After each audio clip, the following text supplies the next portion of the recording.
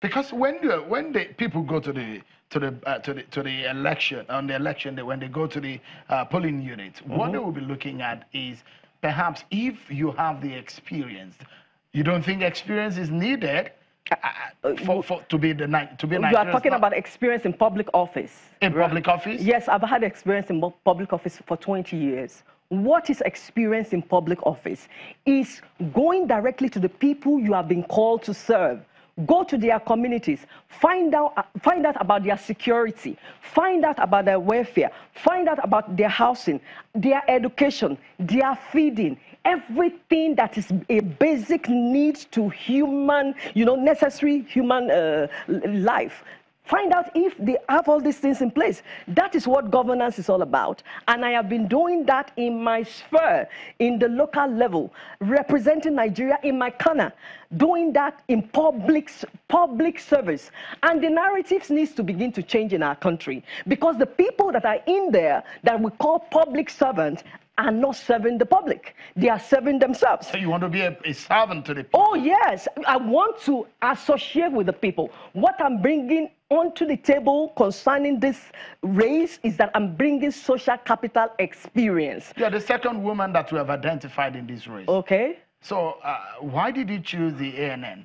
Oh, I chose the ANN because they have the sort of ideals that I believe in for a new Nigeria to emerge. Why not one of the popular parties, APC, the PDP? Those ones that have put all of us, if you are talking about APC and PDP, I don't want to belong to such parties. What if they invite you to become? No, I don't want to belong to such parties. A lot of good people are there, don't get me wrong, because they feel they are already a great big party, they have the money, they have structures, they might have better chances in those parties. But you see, this time around in Nigeria, we have to begin to do things right and do it through our conscience. Do you have the money, Ms. Dr. Ideh? I don't have the sort of money that the thieves. But you have some of the money. I have people that are willing to draw their little resources together and support genuine people like me. Are you under pressure, considering the fact that in this climb, in Africa, I mean, except for Liberia, women, especially being president, is far-fetched?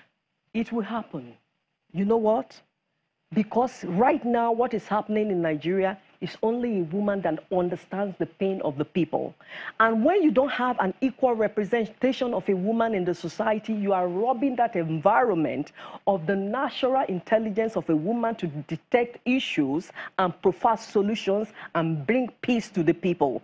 Nigeria have been robbed of that for for too long. And when you look at an environment that is going into decay, either in the home front or in every sphere of the society, look and check very well. They have removed the presence of a woman. We can't continue like that. Women have been used all over the world, and they have, occupied great positions and brought solutions to their people's needs. So that should begin to happen right here in Nigeria, in Africa. I guess you've learned from the experience of someone like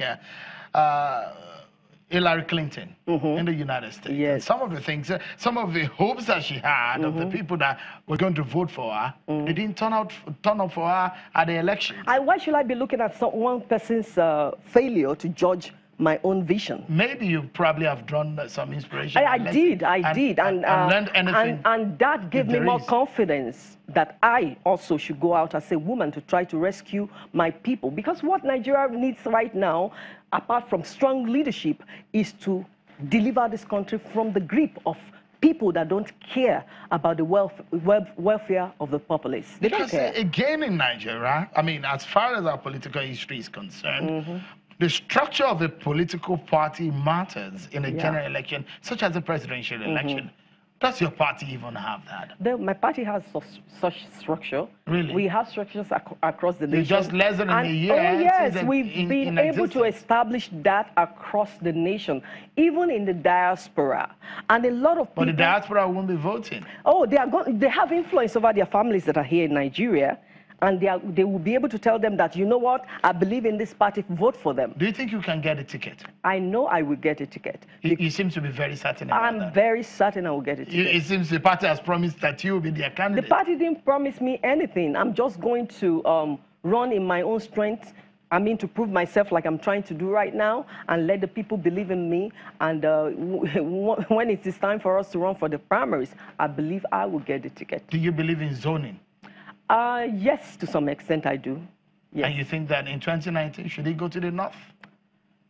You are not right from now. Edo State. Yes, I'm from Edo State. But I consider myself a Lagosian because I was bred and born here in Lagos. But I'm from Edo State, yes. So you say you believe in zoning arrangement? Not that it should go to the north. No, not anymore. Not this time. Not with what we are presently experiencing over our nation. I have to be candid about that.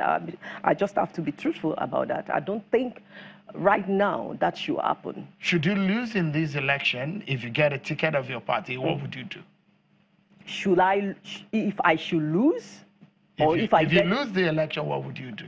Should you lose? I'm not even thinking of that. I'm very optimistic about that. I'm very positive that I'm going to get the ticket. And that is where, that is how my mind is set at. I'm not thinking of losing. Okay. Before we leave the conversation, if you become president of the Federal Republic of Nigeria, what is that first thing that you will do? We have 30 seconds to close.